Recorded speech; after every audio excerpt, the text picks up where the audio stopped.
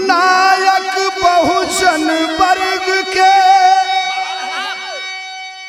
दायकी ओसियसी, नायक बहुजन वर्ग के दायकी वो जयसी, उन नायक मुनि धम्म के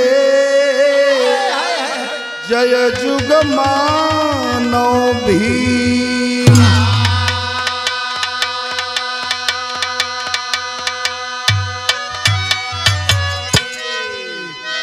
मेरे बाबा साहब,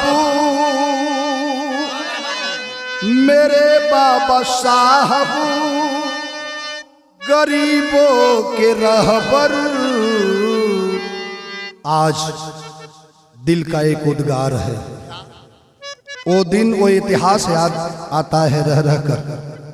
हम गायक रामराज मौर्य व साथी जो आज समा फिल्म रिकॉर्डिंग कंपनी के माध्यम से भाई हाकिम जी के देख रेख में हमारे फोटोग्राफी लेते हुए जो गीत को सजाने का काम करते हैं भाई संदीप जी, आज उनकी ये प्रेरणा से मैं इस गीत को अपने दिल की एक व्यथा को सुना रहे हैं।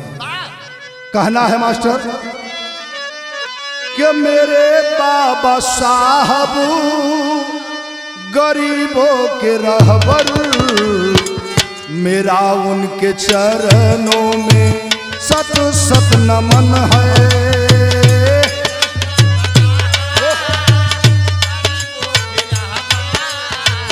मेरे बाबा साहब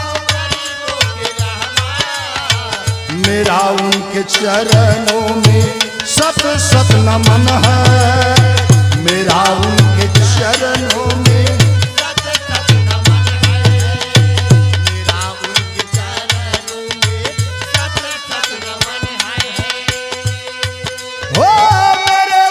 साहब गरीबों के रहबर, मेरा उनके चरणों में सत सत नमन है।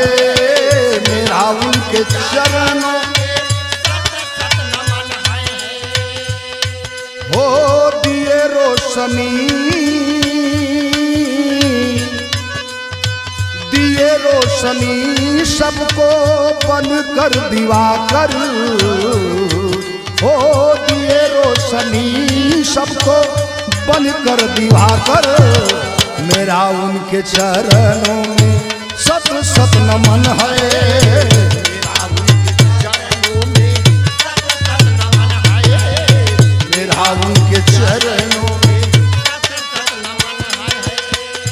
आज अपने देश के करोड़ों करोड़ों लोगों को जो कवच, जो रोशनी बाबा साहब ने दिया है, जिसके तहत हम और सब आप लोग सुरक्षित हैं, उनके चरणों में सत सत बार नमन करते हैं। जरा याद करें, ओ गुलामी गई,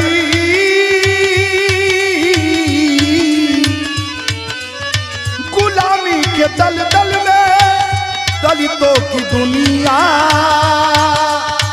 दिशाहीन होकर कभी जा रही थी। दिशाहीन होकर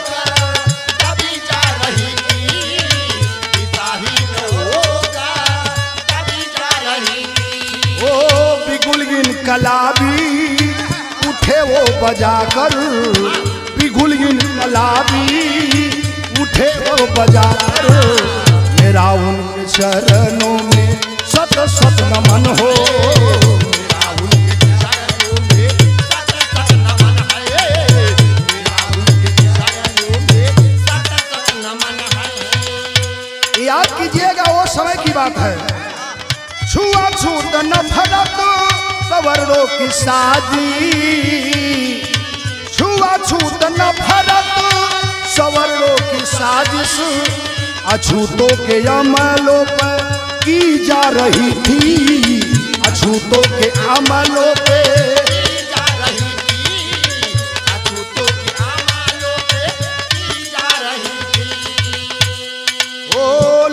दम मसीहा। इसलिए आज हम उनके चरणों में नमन करते हैं।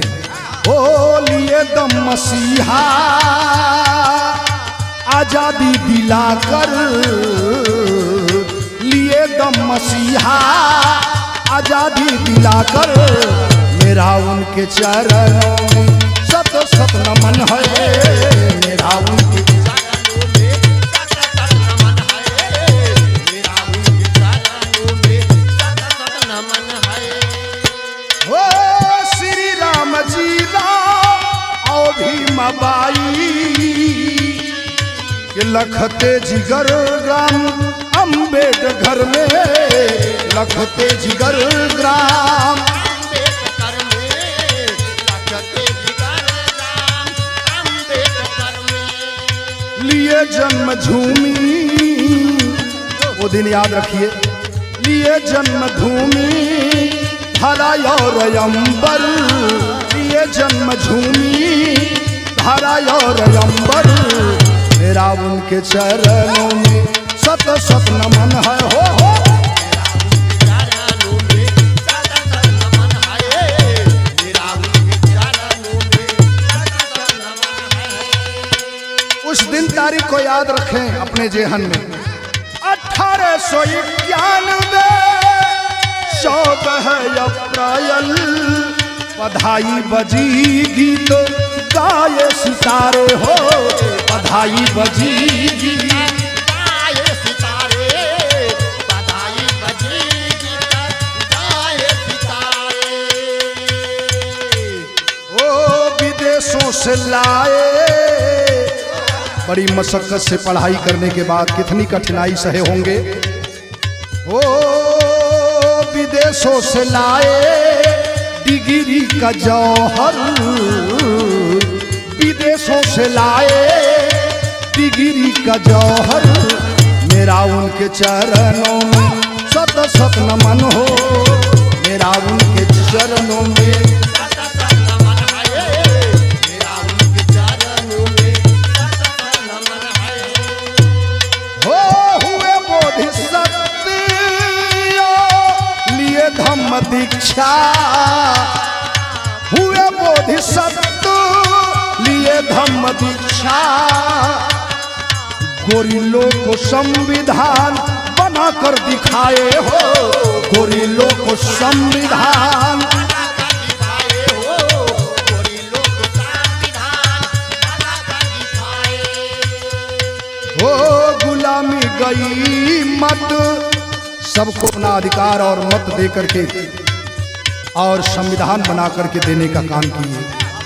हो गुलामी गई मत, हक अब दिलाकर, गुलामी गई एक मत हक दिलाकर, मेरा उनके चरणों में सत सत नमन हो। मेरा उनके चरणों में सत सत नमन है। मेरा उनके चरणों में सत सत नमन है। आखिरी बात कहते हैं, पूरे हिंदुस्तान और भारत के लोगों को गर्व है किस बात का।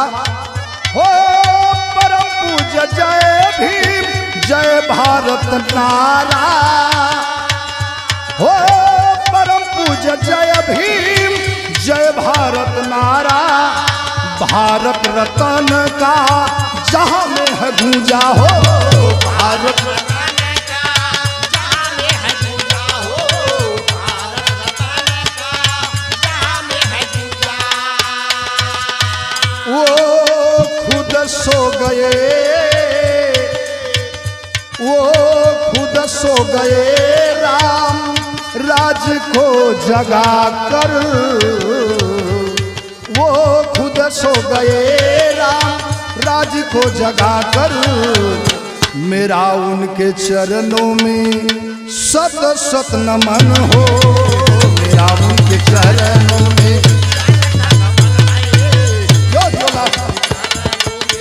सत सत नमन हो, सत सत नमन हो, सत सत नमन